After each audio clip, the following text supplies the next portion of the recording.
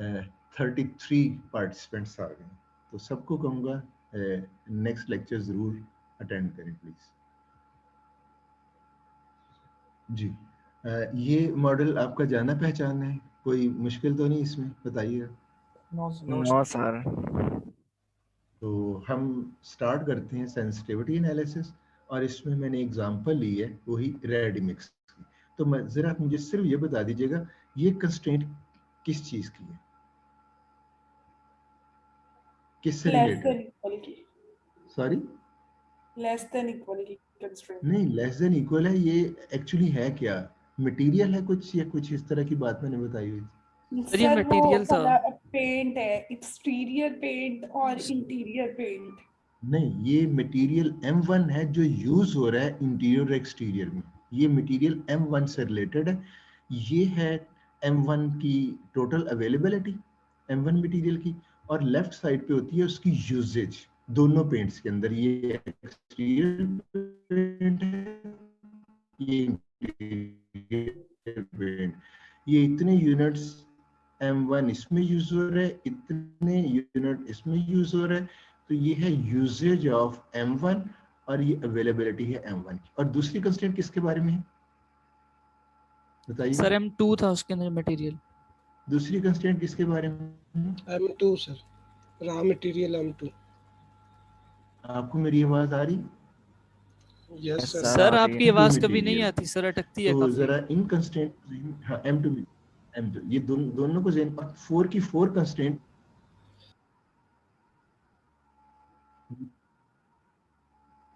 अच्छा, आवाज कट रही है, आवाज? जी सर, दरमियान जी में हो सर। रहा है।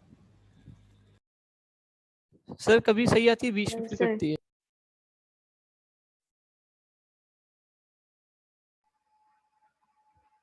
जी, असल में ना ये नेट का इशू था इधर से, और डिस्कनेक्शन के बाद दोबारा कनेक्शन हुआ है। अब आवाज आ रही है आपको?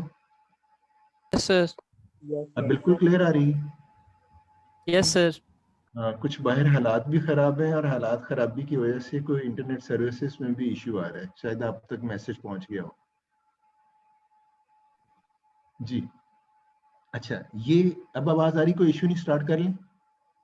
Yes sir. सर अब ठीक आ रही है बस। ठीक है, ये मटेरियल M1 है, ये मटेरियल M2 है। आपको लास्ट टाइम अजम्पशन में मैंने ये 5 और 4 अनसर्टेनिटी में एक बात की थी। क्या बात की थी? कि शॉर्ट टर्म में ये चेंज हो सकते हैं, बात हुई थी। आप बताएंगे कैसी बात हुई थी, बताइएगा। आप बोलेंगे नहीं तो मुझे ऐसे लगेगा जैसे इंटरनेट प्रॉब्लम है। नहीं भी पता बोलें जरूर, किससे सर सुना था लेकिन याद नहीं।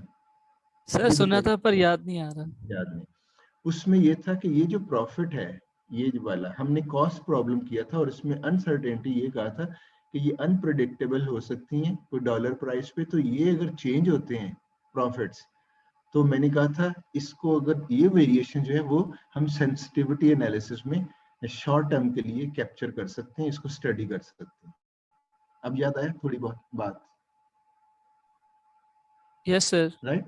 जी, अब यही काम करने लगे हैं। आज हम इन जो कोएफिशिएंट्स हैं, ये है 1 यूनिट एक्सटीरियर पेंट के ऊपर प्रॉफिट।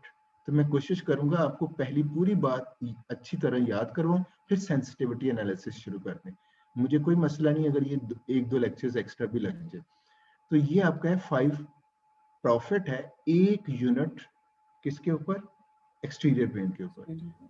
X1 के ऊपर कितना प्रॉफिट है? ये आपका टोटल प्रॉफिट बन जाएगा। इसी तरह इंटीरियर के 1 यूनिट के ऊपर $4,000, वो थाउजेंड्स में था, तो X2 यूनिट्स के ऊपर कितना होगा? 4X2।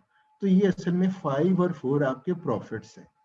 तो अगर कहीं डॉलर की प्राइसेस चेंज होती हैं और कंपनी को प्रॉफिट्स में कोई थोड़ी बहुत रद्द-बदल होती है, तो उसको हमने उसका एनालिसिस करना है। एनालिसिस मीन आपकी प्रोग्रामिंग अभी तक ऐसी हो रही थी जैसे एक आपको टास्क दिया गया और आपने उसको कोड कर लिया, तो ये फ्लैट प्रोग्रामिंग हो रही थी, स्टैटिक। अब थोड़ा सा मेंटल स्किल को यूज करना है, यानी थोड़ा सा ये समझें कि जीनियस लोगों वाला काम शुरू होने लगा है। तो डिफिकल्ट जरूर है, लेकिन इतना मुश्किल नहीं होगा। हमने ये कितना वेरी हो सकता है, ऑब्जेक्टिव क्या है? ये कंस्ट्रेंट सेटिस्फाई ही रहे। इसकी वायलेशन हो। जब एक दफा हमने मॉडल बना लिया तो हमें उसको रीमॉडल ना करना पड़े। तो आज हमने सिर्फ ये जो कोएफिशिएंट्स हैं, ये कोएफिशिएंट्स, तो ये ऑब्जेक्टिव फंक्शन के अंदर कोएफिशिएंट्स हैं, इनके ऊपर स्टडी करनी है। इतना पता चल गया आज करना क्या है। हमने इन कोएफिशिएंट्स में जितनी वेरिएशंस हो सकती हैं अब इस एग्जिस्टिंग मॉडल में, उसको ऑब्जर्व करना है। ये स्टार्ट करते हैं। ये ग्राफ आप समझते हो ये किसका ग्राफ है? रेडीमिक्स का। Yes sir. मैं आपसे इसलिए बार बार पूछ रहा हूँ, कनेक्टिविटी का मुझे पता चलता रहे। तो ये असल में ना लाइन से, जो मैंने लाइन्स हटा दी, ये एक लाइन है ऐसे, ये एक लाइन है ऐसे, मैंने वो बाकी लाइन हटा दी। ये हॉरिजॉन्टल लाइन थी और ये एक ये लाइन थी। तो अगर आप देखें इसका ऑब्जेक्टिव, हमने जी कैसे लाइन ड्रॉ की थी। मैंने सपोज किया था, मैं जल्दी से बताऊंगा, जी को 25 सपोज किया था, पॉइंट्स निकाले थे, 2 पॉइंट्स निकाल के ज्वाइन करके ये मेरी जी का स्लोप निकला है। स्लोप कहते हैं जितना ये टिल्ट है, ये स्लोप निकल आया था। फिर मैंने रीजन के अंदर लेके आने के लिए फिर ये जी को देखा, इधर आई, और फिर मैंने आपसे कहा कि जब मुझे पता चल गया जी इस डायरेक्शन में मूव कर रही है, तो ये मेरा ऑप्टिमल सॉल्यूशन इस स्टाइल से मिल गया। जहां तक बताएं, कोई इश्यू तो नहीं? No sir. जी। नो अब सर। आपका ये जो कंस्ट्रेंट्स हैं, ये चारों के चारों कंस्ट्रेंट्स सेटिस्फाई हो रही हैं, ये वो रीजन है। और आपने स्लाइड करके जो जी ड्रॉ की है, ये जी आपके सामने है जिसमें 5x1 और 4x2 है। उसके लिए जो हमने ये प्लॉट की और इस स्लोप के साथ अगर हम उसको इधर लेके गए तो हमें ये ऑप्टिमल पॉइंट मिला। अब हमने करना क्या है, हमने ये कंस्ट्रेंट, मैंने जरा जो पहले देख लें, पहले डिलीट की हुई है। असल में ये लाइन थी, ये कौन सी लाइन थी, ये मैंने इधर लिख दी, ये मटेरियल M2 से रिलेटेड है। जो मैंने लाइन डिस्कार्ड की हुई थी वो मैंने दोबारा बोल्ड करके कर दी। दूसरी लाइन, ये लाइन थी मेरी मटेरियल M1 से रिलेटेड, मैंने उसको भी प्लॉट कर दिया। ये देखें, साथ मैंने कंस्ट्रेंट लिख दी मटेरियल M1 से रिलेटेड। अब आप देखें ये और ये पॉइंट, इसलिए ये दो लिए हैं, ये इंटरसेक्शन था इन दोनों लाइंस का। मैंने ये पॉइंट क्यों नहीं लिया, ये क्यों नहीं लिया, ये क्यों नहीं लिया, इसलिए लिया मैंने उन कंस्ट्रेंट्स को लेना है जिनका इंटरसेक्शन वो आपका ऑप्टिमल पॉइंट होगा। तो उन लाइनों को मैंने ड्रॉ कर दिया और जी का मुझे पता है स्लोप ये है। तो बताएं यहां तक कोई इश्यू तो नहीं? मैंने सिर्फ ये किया, दोबारा से बताता हूँ, ये तो मैंने ले लिया जी, और जी देख लिया वो स्लोप ये है, और इसी जी ने मुझे बताया कि ये कॉर्नर पॉइंट आपका ऑप्टिमल सोल्यूशन है। अब मैंने देखा कौन सी कंस्ट्रेंट्स हैं जिनका ये इंटरसेक्शन है, ये पॉइंट, और आप देख सकते हैं ये कंस्ट्रेंट है और दूसरी ये कंस्ट्रेंट है। तो जस्ट उनको मैंने प्लॉट कर दिया, ये और ये। तो बताएं यहां तक कोई इश्यू तो नहीं है? ये कैसे प्लॉट किया मैंने? No sir. अब आप देखें मैंने इसमें क्या करना है, ये जो स्लोप है जी का, ये फिक्स्ड है इस वक्त। 5 आपका ये इसका प्रॉफिट है और 4 इसका प्रॉफिट। और आज आप देखेंगे कि बिजनेस को टेबल पे कैसे डिसीजंस आप लेते हैं और टेबल पे कैसे आप अपने बिजनेस के बारे में इंफॉर्मेशन ले सकते हैं। तो बड़ी इंटरेस्टिंग एग्जांपल है ये 5 और ये 4। ये अगर मैं चेंज करूं तो इस लाइन पे क्या फर्क आएगा, मुझे सिर्फ ये बता दें। ये जो जी की लाइन, सर इस पे कोई फर्क नहीं है। नहीं, अगर मैं इसको चेंज करूं, इन दोनों को चेंज करूं, तो क्या इस लाइन पे कोई फर्क आएगा? ऑप्टिमल सॉल्यूशन चेंज हो जाएगा। Yes sir. क्या फर्क आएगा बताएंगे, क्या फर्क आएगा? सर ये ऊपर हो जाएगी या नीचे? स्लोप पड़ा होगा लाइन का। नहीं देखिए, नहीं ऐसे नहीं होगा, ऊपर नीचे का मैंने आपको कहा था। ये वैल्यू अगर चेंज होगी तो फिर ऊपर नीचे होगी, क्योंकि पहले हमने बनाई थी ये इधर थी, फिर हमने जी को चेंज किया, ये इधर बनी, फिर हमने ये लेके आए। इसका मतलब है ये को चला जाएगा करते हैं, यानी आप ये कह लें जब जी चेंज करते हैं, एक मिनट मेरी जरा बात सुने। ये अगर जी चेंज करेंगे तो ये पैरेलल लाइन स्लाइड करेगी इधर उधर, तो स्लोप नहीं चेंज होगा। स्लोप कहते हैं वो लाइन का टेढ़ा हो जाना। फॉलो करें इस पॉइंट को। स्लोप किसको कहते हैं? जो लाइन ऐसे रोटेट करनी, यानी आप कह लें मैंने इस साइड पे नॉट लगा दी या इस साइड पे मैंने इसको टाइट कर दिया, तो अब मैं लाइन को अगर रोटेट करूंगा इसी पॉइंट के अलोंग, तो लाइन कैसे रोटेट करेगी जरा मैं दिखाता हूँ आपको। मैं पहले दिखा दूं फिर बाद में करूंगा। ये देखें, ये मैंने डैश लाइन उसको रोटेट किया, अभी भी ये इसी पॉइंट के ऊपर ही अटैच्ड है। ये जब मैं इन वैल्यूज को चेंज करूंगा तो ये पिक्चर आएगी कि ये लाइन आपकी टिल्ट हो जाएगी।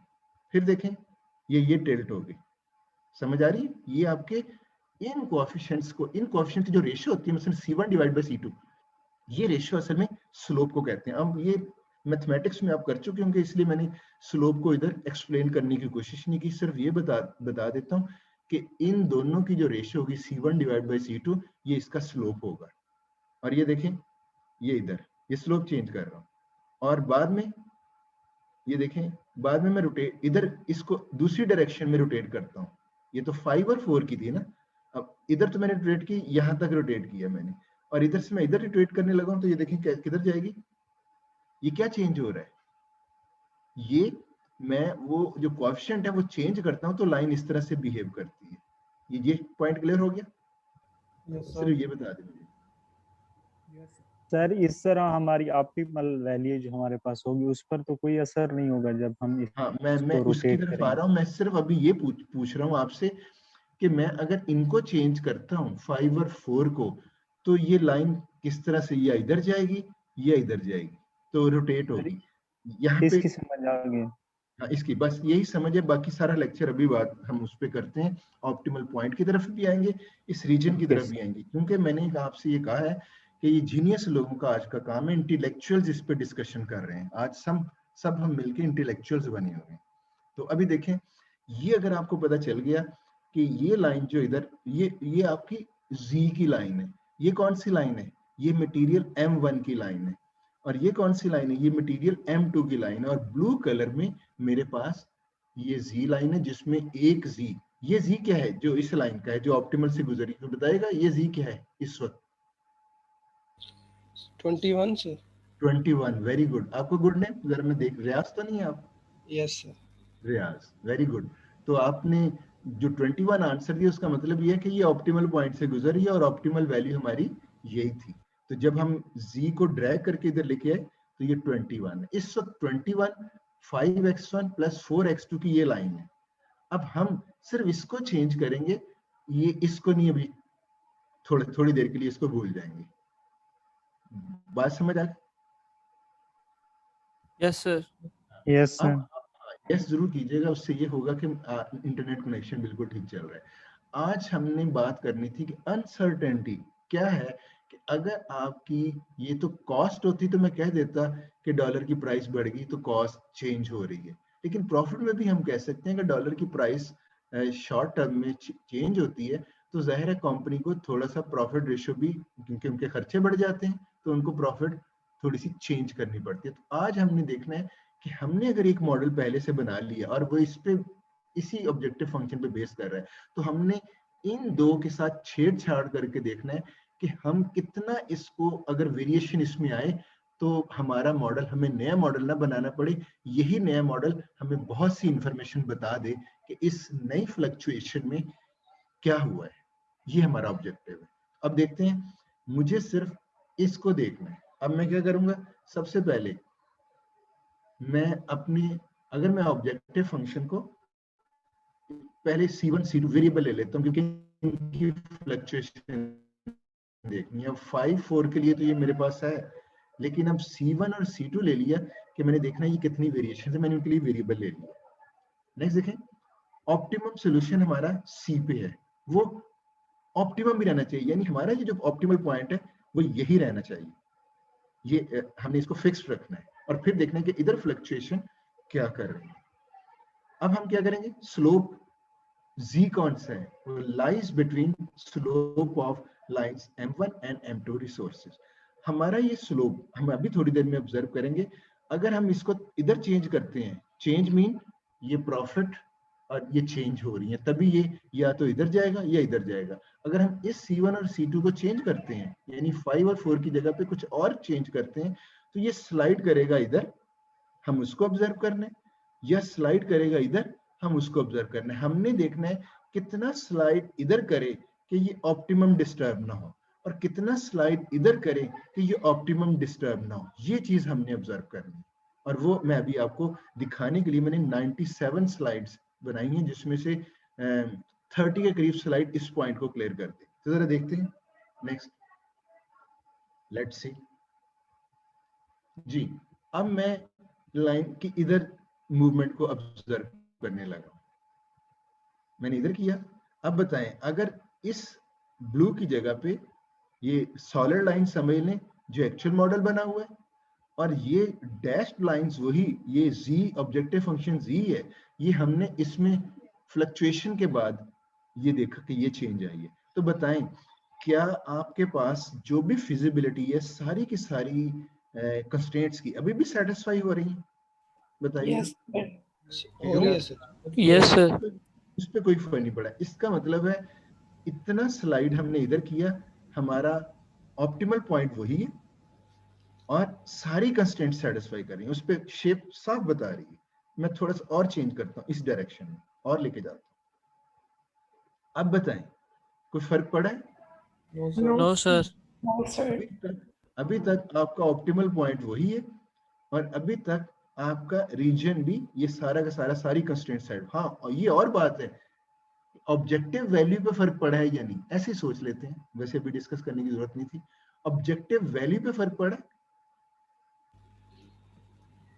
देखें, यस सर, ये पढ़ा। x उस पे पड़ा है फर्क। ये देखें, ये x1 c है, 3 जी था, सर। 3 टन्स, आपको याद होगा। और मैं आपको ये भी याद होगा मैं क्यों कहता होता था रेडी मिक्स को आपने हिफ्स कर लेना है, कि ready mix problem through out हमने लेके जाना है। तो इसलिए मुझे आसानी होती है कि x1 क्या है, 3 टन्स, x2 क्या था, 1.5. 1.5। Very good. तो x1 3 और ये तो वही है। क्यों? हमारा पॉइंट अभी भी यही ऑप्टिमल है, और हम ये लाइन थोड़ी सी इधर टिल्ट करने में भी ये नहीं चेंज हुआ, तो ये अभी भी ये 3 है और इधर 1.5 है। लेकिन ये चेंज हुए हैं, जब ये चेंज हुए हैं तो ये 21 चेंज होगा या नहीं होगा? होगा, लेकिन लाइन में तो नहीं हो रहा। हाँ, तो आप कह लें अभी हमारी ऑब्जर्वेशन में हम ऑप्टिमल वैल्यू पे बात नहीं, ऑप्टिमल वैल्यू चेंज हो रही है। क्योंकि जब आप खुद देखें, जब प्रॉफिट चेंज हो रहा है तो ये 3 टर्म्स और 1.5 ही हैं, ये नहीं चेंज हो रहा। तो जी जारी, तो इस नए सिनेरियो में हमें नया मॉडल बनाने की जरूरत नहीं, हम सीधा कहेंगे अभी भी कंपनी को एक्सटीरियर पेंट कितना बनाना चाहिए, 3 टन्स, और इंटीरियर पेंट कितना बनाना चाहिए, 1.5 टन्स। 1.5. क्लियर है। लेकिन कंपनी को इस नए सिनेरियो में, इस नए प्रॉफिट के केस में प्रॉफिट कितना होगा वो चेंज हो गया। लेकिन हमें देखें एक नई इंफॉर्मेशन मिल गई कि हमें पूरा मॉडल वही हमारा वर्क कर रहा है, और हम कह रहे हैं जी ये अभी भी इस प्रॉफिट पे भी हमारा ऑप्टिमल सोल्यूशन चेंज नहीं हो रहा, हम हमारे पास प्रॉफिट इतना इंक्रीज हो जाएगा। ये चीज समझ आ गई? बताइएगा। Yes sir. सर almost आ हम गई। थोड़ा सा और चेंज करते हैं, मैं इसको और नीचे लेके जाता हूँ, लाइन के ऊपर कॉन्साइड हो जाता है, इसके ऊपर रिजाइड। तो बताएं अभी फर्क पड़ा है? सर वैल्यूज में फर्क तो आना ही आना है जी में जब हम पुट करेंगे, जी में नहीं, लेकिन हमने देख, ऑप्टिमैलिटी हाँ, हमने सेम ऑप्टिमल आ रही। सोल्यूशन देखे। हमारा फोकस पता क्या है, ऑप्टिमल सोल्यूशन वही है, यानी x1 इक्वल टू 3 टन्स और x2 इक्वल टू 1.5। और ये देखें एक ऑप्टिमल सोल्यूशन वही है, दूसरा सारी की सारी कंस्ट्रेंट सेटिस्फाई करना, ये बहुत जरूरी। ऑप्टिमल सोल्यूशन, ऑप्टिमल से पहले सोल्यूशन भी होना चाहिए, और सोल्यूशन होता है सारी कंस्ट्रेंट को सेटिस्फाई करना। तो मैं कह रहा हूं अभी भी हमारा ऑप्टिमल सोल्यूशन, देखें अब ऑल्टरनेटिव ऑप्टिमा आ गया, इनफाइनाइट सॉल्यूशंस आ गए ना। बस फॉलो कर रहे हैं इसके? जी बात सर, ये फॉलो सारे की? के सारे पॉइंट सेटिस्फाई हो रहे हैं लाइन वाले। लेकिन अभी भी आपका जो सी है वो भी इसमें शामिल है। अल्टरनेटिव ऑप्टिमा आ गया, इनफाइनाइट सॉल्यूशंस आ गए, अब सॉल्यूशन एक से ज्यादा आ गए, लेकिन अभी भी हमारा ऑप्टिमल ये ले लें, वो ले लें, कोई भी ले लें, तो अभी भी इस ऑप्टिमलिटी पर, इसका मतलब है इवन यहां तक भी अगर ये रेशियो चेंज होती है C1 और C2 तो यहां तक भी एक्सेप्टेबल है। इस पॉइंट को फॉलो किया? फॉलो किया इस यस पॉइंट सर। को? अच्छा, अब हम इसको इधर रोटेट करके लेके आए हैं इससे और नीचे जाके देखते हैं क्या होता है। अब बताएं क्या हुआ, बताइएगा। अब आपका प्रॉब्लम हो गया। प्रॉब्लम क्या, ये जो z है, अब आप इसको स्लाइड करते हुए ऊपर लेके जाएं, ऑप्टिमल पॉइंट चेंज हो गया। अब ये नहीं रहेगा, आप इसको ऊपर स्लाइड करके ना ये ऑप्टिमल बन जाएगा। बताइएगा, ये चीज समझ आइए आप लोगों को? Yes sir. क्योंकि सर आप नहीं समझ सर रहे। समझ नहीं है इसकी। अच्छा, सर समझ ये गए। वाली चीज भी समझ आई जो अभी आपने बताई है। चलिए मैं अभी, पहले ये मुझे बताएं इसका ऑप्टिमल सॉल्यूशन बता। ये जब सॉलिड लाइन थी, आप सॉलिड लाइन को स्केल के साथ ऐसे रख के स्केल को ऐसे ड्रैग करते हुए लेके गए थे, और आखिरी पॉइंट कौन सा टच हुआ था, ये वाला, ऐसे था ना? 21। तो अब आप, ये नहीं है आपकी जी, आपकी ये जी है। अब जी को जब आप स्लाइड करते हुए इधर लेके आए हैं, अभी भी ये वाला रीजन मौजूद है जिसमें और इंप्रूव किया जा सकता है इसको इसी तरह पैरेलल ऊपर स्लाइड करने में। तो बताएं ऑप्टिमल पॉइंट चेंज नहीं हो गया, हो जाएगा? ये पोर्शन, ये देखिएगा इस लाइन, यस सर। ये थोड़ा सा पोर्शन इधर, ये जहां पे मैं पॉइंटर मूव कर रहा हूं, तो इसको नीचे स्लाइड, ऊपर स्लाइड करेंगे, आखिरी पॉइंट कौन सा टच होगा?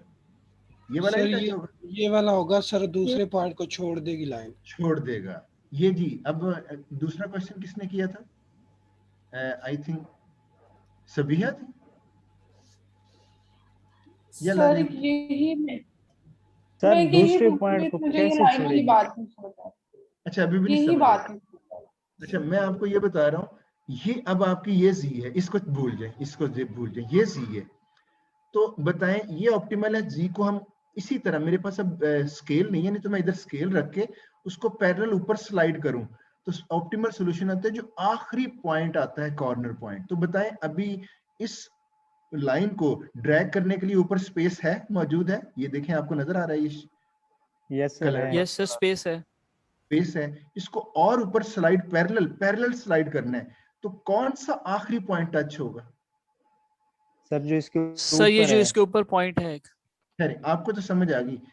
सबिहा थी, कौन जी थी, सर जरा मुझे नाम भी आ बताइए। गया, आगे समझ, मुझे भी आ गया आगे जी समझ। सर। तो इसका मतलब है इस लाइन से जब इधर तक लेके गए तो आपका ऑप्टिमल सॉल्यूशन चेंज हो गया।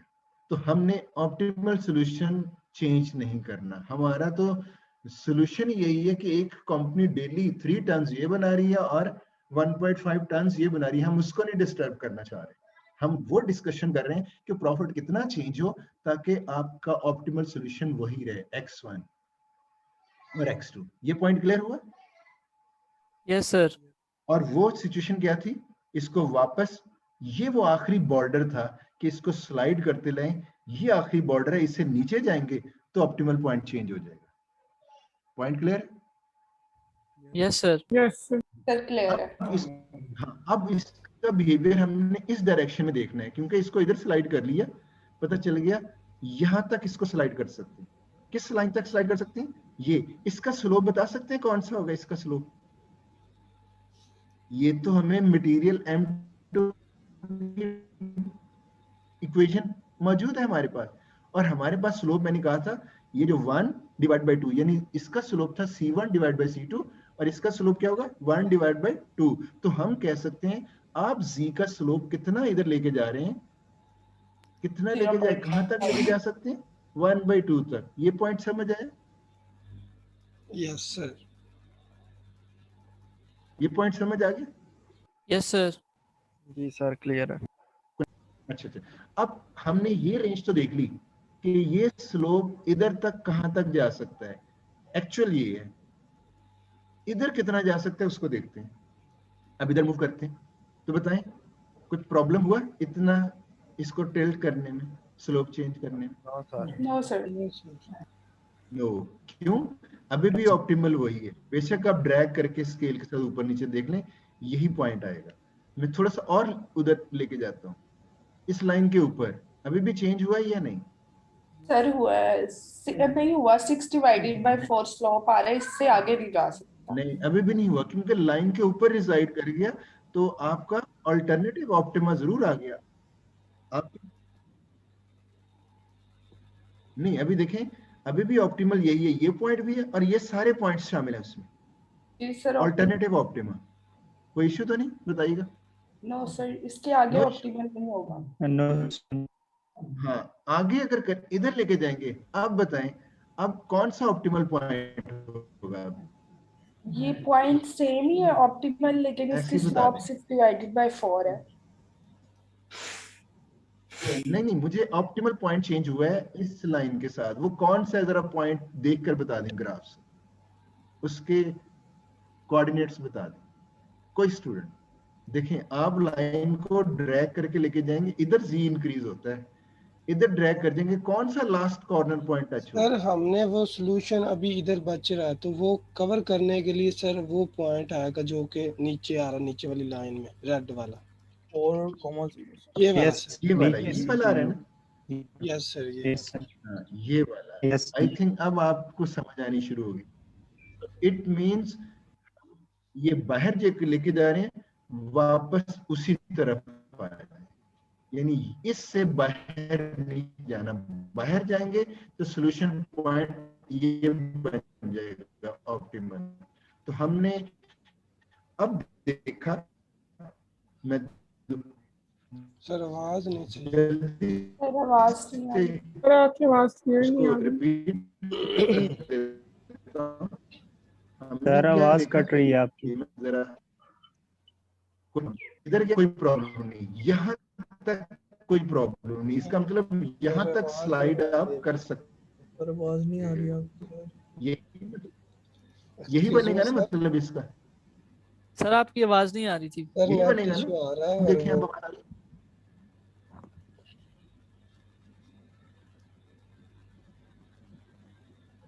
जी, अब आवाज आ रही है, बताइएगा दोबारा से कनेक्शन हुआ है। यस सर आ रही है यस सर हो रही है। असल में ना वो कनेक्शन डिस्टर्ब हो जाता है। अच्छा, हम पता कहाँ तक पहुंच गए थे, इस लाइन को कितना चेंज यहाँ तक लेके जा सकते हैं, कोई इश्यू नहीं, और इधर कितना लेके जा सकते हैं, ये रेड लाइन तक 6x1 वाली कंस्ट्रेंट। यहाँ तक कोई इश्यू नहीं, और इसको यहाँ तक लेके जा सकते। अब हमें रेंज पता चल गई। अब वो रेंज पता क्या है, ये हम कितना चेंज कर सकते हैं। अब मेरी आवाज आ रही है, फिर कनेक्शन का प्रॉब्लम होने लगा है। नहीं सर अब आ आवाज रही आ है। सर आ रही है। आवाज आ रही है आप लोगों को? यस आ सर। रही है। अब आ रही है। क्या पता चला हमें, जरा देखते हैं हमें क्या पता चला। आज हमें पता चला है अभी जो हमने ऑब्जर्व किया,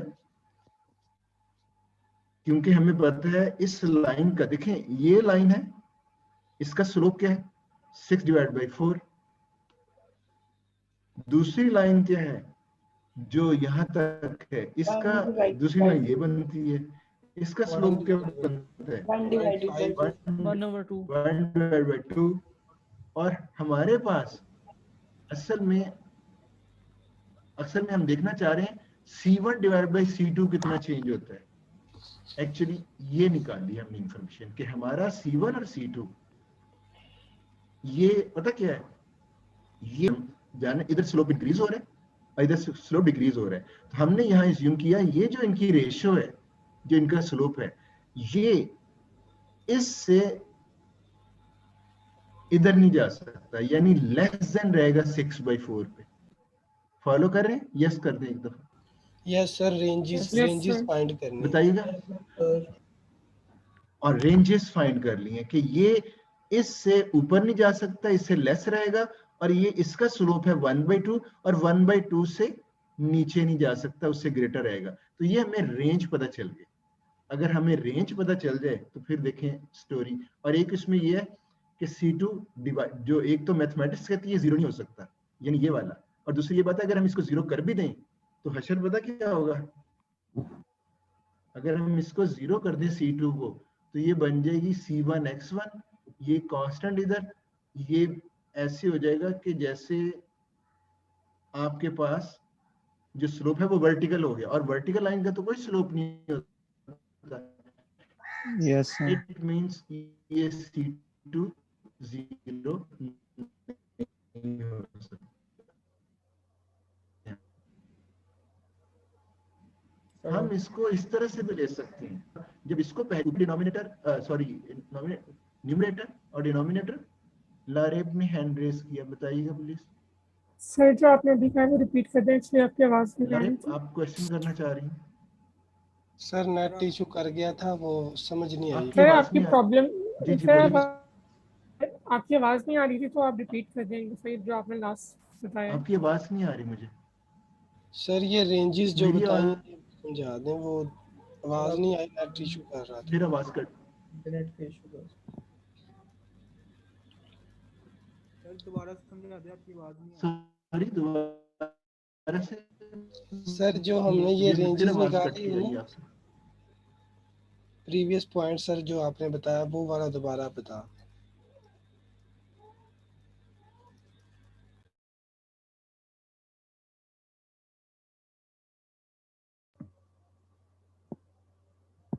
जी अब कनेक्शन प्रॉब्लम था, अब दोबारा आवाज आ रही है, अब सही आएगी थोड़ी देर तक। यस सर आ रही है। यस अब सर। बताएं क्या कहना चाह रहे हैं। सर ये प्रीवियस पॉइंट आपने एक्सप्लेन किया ना, वो दोबारा बता दें, वो आवाज नहीं आ रही थी नेट की वजह से। अच्छा ये पॉइंट ये था, एक मिनट, ये वाला पॉइंट यस सर यही पॉइंट। ये था कि मैथमेटिकली ये जीरो नहीं हो सकता, डिवाइड हो रहा है ना एक चीज, और दूसरा ये है कि अगर जीरो इसको कर भी दें तो यहाँ से जो लाइन बनेगी, ये लीनियर लाइन है ना, ये हमारे पास कोई ना कोई कांस्टेंट है, ये भी डिवाइड हो तो x1 equal to this, x2 missing है, तो ये तो वर्टिकल लाइन नहीं बन जाती, बताइएगा। Yes sir. यस सर तो ये कहा जा रहा है कि C2 can not be equal to zero. क्यों?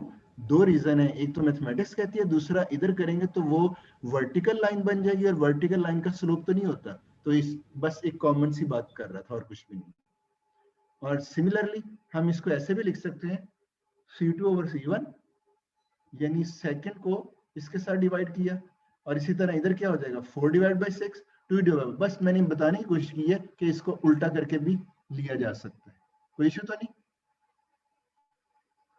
No sir. No sir. No बताइएगा। No sir. हम अब पहले वाली, यहाँ पे हॉरिजॉन्टल की कंडीशन आती है, हम पहले वाली सिचुएशन ही वापस ले लेते हैं।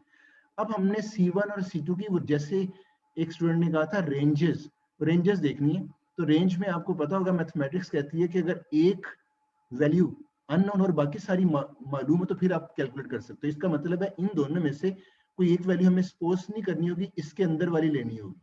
तो मुझे पता है ये 5 है और ये क्या है, बताइएगा। 4 है। 4 है। तो मैं पहले C1 C2 को 4 ले लेता हूं।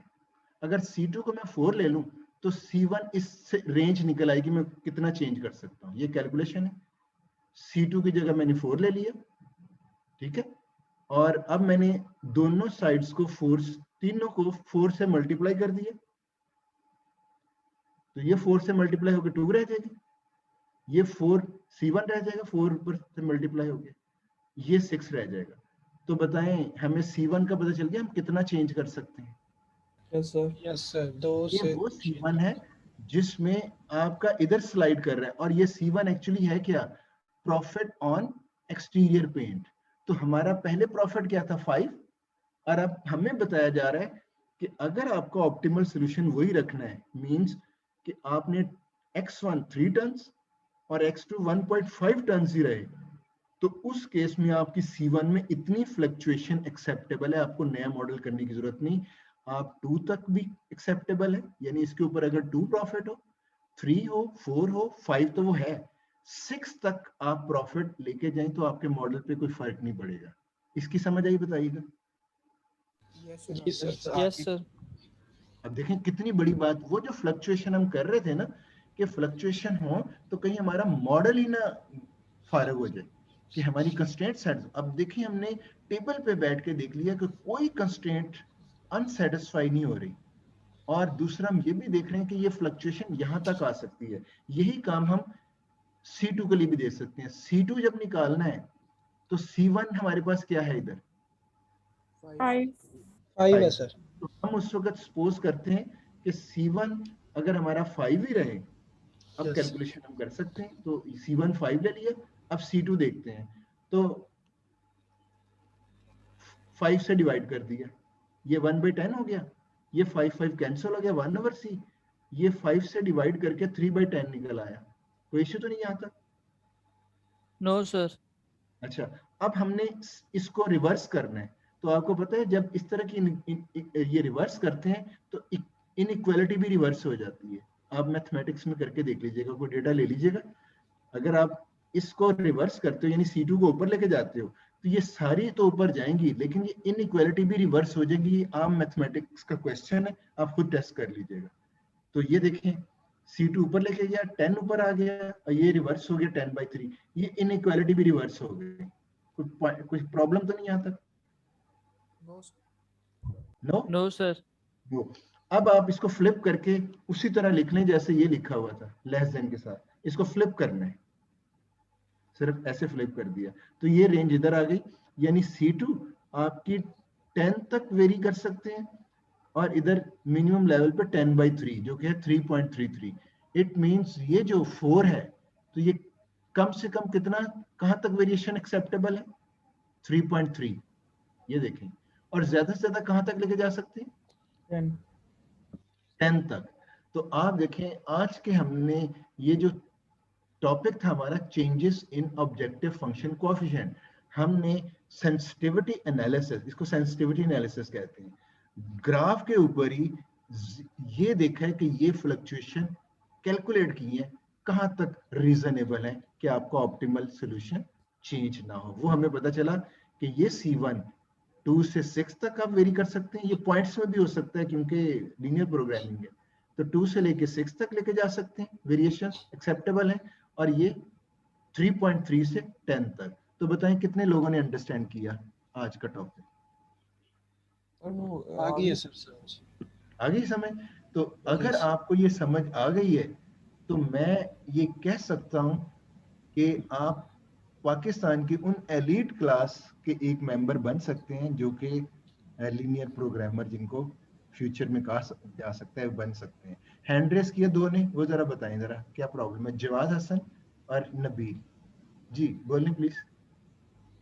सर समझ आ गई है इसलिए किया था।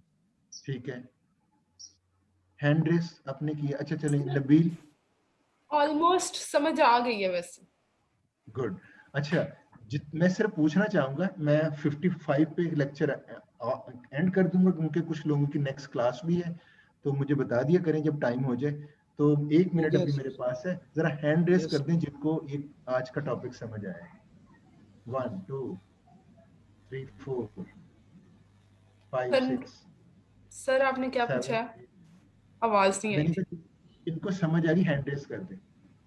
10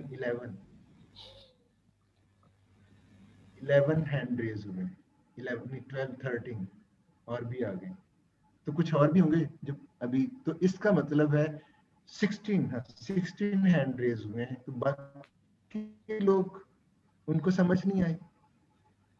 चले हम मैं एज्यूम कर लेता हूँ कि आज का लेक्चर आपने एंजॉय किया होगा। और अगर मैं जाऊं कि सेंसिटिविटी हमने किया क्या है, हमने यही किया है कि जो सर्टेनिटी अजम्पशन हमने ली थी, अजम्पशन में आप उसको दोबारा सुनिएगा, आखिरी टॉपिक आखिरी अजम्पशन थी सर्टेनिटी, उसमें जो शॉर्ट टर्म अनसर्टेनिटी थी उसको अभी भी सेंसिटिविटी एनालिसिस से हम देख सकते हैं ये कितनी फ्लक्चुएशन हमारे लिए एक्सेप्टेबल है। नो डाउट ये ऑप्टिमल वैल्यू जरूर चेंज होगी, जाहिर है जब आप प्रॉफिट चेंज करेंगे तो ऑप्टिमल, लेकिन ऑप्टिमल सोल्यूशन आपका वही रहेगा। और यही आज का हमारा फोकस था। उम्मीद है आज ये मेरी एफर्ट जो है अभी 30